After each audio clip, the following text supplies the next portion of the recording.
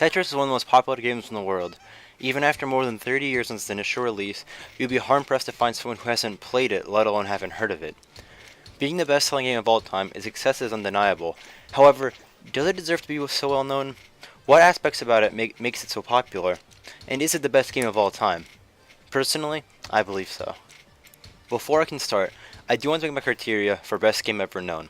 The best game ever should have massive success financially, huge influence throughout the industry, a mastery of gameplay mechanics and design, with little to no flaws. Out of all these points I listed, I feel as if the third point is most important. After all, this is a game, and if the gameplay isn't damn near perfect, then how can it be the best game ever? Starting off, I just want to specify that while writing down points for this argument, I noticed everything I said fell into one of three categories: influence and success, game design breakdown, and finally, my own personal opinion. I know in a more argumentative discussion, my opinion shouldn't be as valid as logical breakdown of design, but in the end, this is more about explaining my point of view on why I think it's the best. If I can convince you to feel the same, then that's great, but the overall point is to share my opinion in a concise manner. I also don't want to divide the video into sections based on these categories, because I feel like it wouldn't flow as naturally. However, I did notice a pattern between my points and thought it would be appropriate to bring light to them before starting off. So one aspect about Tetris that I feel appeals to mostly everyone is how perfectly the skill level of the game fluctuates. Everyone knows how to play Tetris. It's such a simple concept. You make lines and you try to top out for as long as you can. The skill floor is being able to press a button to rotate and move the piece left and right. Hard drops and soft drops aren't even a factor in the skill floor because ultimately they are necessary. That's why the skill floor is so low, but why is the skill ceiling so high? That's because the skill ceiling in Tetris isn't even really a true ceiling, but rather how close to perfect play we can get. Tetris isn't a game that evolves as you learn super hard tech like you do in Melee, or studying map layouts and corner peaks like in CSGO, but one that evolves the more you naturally play it.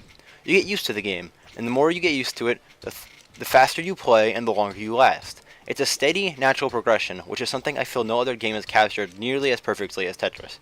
Tetris isn't some overly complex game, and outside of a few spins in the more recent titles, it's still just making lines in the end. But that's the beauty of it, and that's why getting better feels so natural. Everyone is doing the same thing in Tetris, but better players are just doing it faster, or doing it longer. In most games, low-level play looks completely different from top-level play, and that makes sense. But in Tetris, while the speed can get crazy fast, you're still ultimately doing the exact same thing a low-level player would be doing, making lines. That's the beauty of its skill curve. It's something that has a massive gap between its floor and its ceiling, yet the game still plays the same at any level of play. Tetris also captures the true nature of the player versus themselves to a T. Most arcade games follow the same format. See how long you can get and how high of a score you can get. But most of the games have obstacles, things you can't control but rather need to adapt to. For example, in Pac-Man, you might know the ghost AI and how to adapt to it, but you're not in control of the situation. You might be competing against your score, but you're not competing against yourself. You're competing against the ghost in the game of survival. In Pac-Man, a lose condition is touching the ghost. The enemy, the player can't control. In Tetris, a lose condition is topping out. The only way to reach this condition is to not efficiently stack the blocks right. This doesn't mean the blocks are the true enemy of Tetris, but it's yourself. You didn't stack right, so you let the pile reach the top and you made yourself lose. You are in control of your own loss. You made your own obstacles and you didn't adjust accordingly. In Pac-Man, the game gave you a set of obstacles to work with and you have to work around them. In Tetris, the game gives you an empty slate and a goal. From there, your play decides if this piece you're dropping will turn into a solution or a problem. No other game captures the same feeling of player versus self as perfectly as Tetris does. Immersion is a large part about any game. No one wants something that drags them out of the game and in turn out of the fun.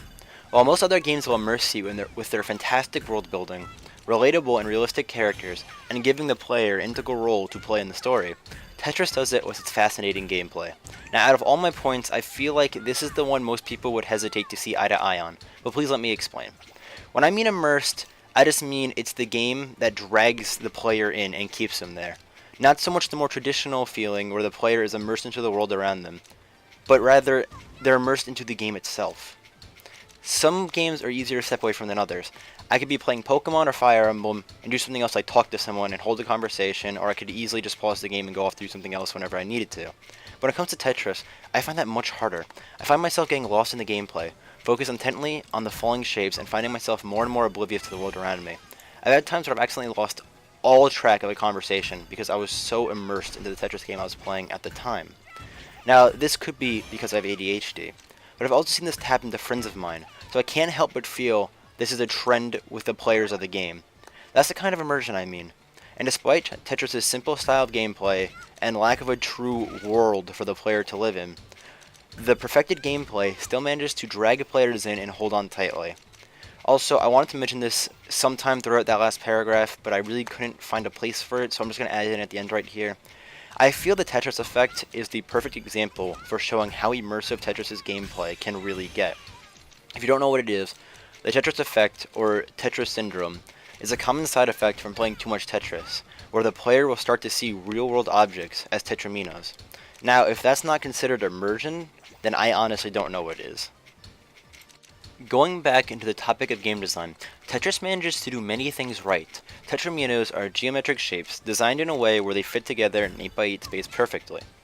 This would make perfect clears and lines way more frequent and easy, which is why the board is 10 tiles long. It's also the reason why so many combo strategies involve leaving the last two columns open, because you can get perfect stacks within the 8x8 arena. This small but simple choice prevents the game from being too easy, and mathematically makes it where the player needs to reach a point where a piece won't fit perfectly and the player will be forced to start building upwards. It's such a small thing to make, but it completely changes the game and makes it much more challenging and rewarding the further you get. Even more obvious design choices are still very important, but well implemented to make Tetris that much better. For example, the bag, which is an RNG system to prevent repetitive pieces. Basically, it takes all 7 pieces, throws them in a huge bag, shakes it up, and then throws them back out in a random order. It does this for every 7 pieces, stopping you from getting 3 of the same piece in a row. Tetris is full of these very interesting design choices, and overall small decisions, but it's still genius towards making Tetris that much more enjoyable of a game and of an experience.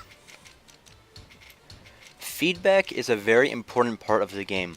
What good is shooting a gun if it doesn't make a nice gunshot, do a satisfying animation, and have any power behind the shot? Now, while there's no guns in Tetris, feedback is still a very important part of the game, and Tetris' feedback is another element of the game that is just done perfectly. Whenever you drop a block, it falls into place with such a satisfying noise. When you're playing well, you get rewarded with a satisfying, neat-looking pile of blocks. Watching the lines disappear and hearing the noise whenever a Tetris drops is just some of the best feelings ever, and it only got better as the games went on. The T-spin noises in Puyo Puyo Tetris and all the flashing particles of Tetris Effect. Feedback to the player is what Tetris has always been really good at, and is another reason that ties into why so many people love this game, and why the gameplay feels so nice. This also leads the player to not feeling frustrating upon losing.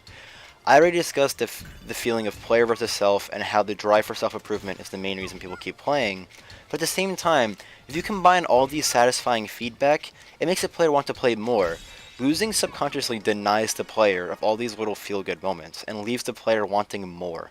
Combining that with a drive to improve, then that leads to an addicting but incredibly enjoyable experience. Tetris is a master of feedback. Now, to take a step away from gameplay, let's talk about the game's lasting impact. Starting off, Tetris is one of the largest influences on gaming as a whole and on specifically the puzzle genre.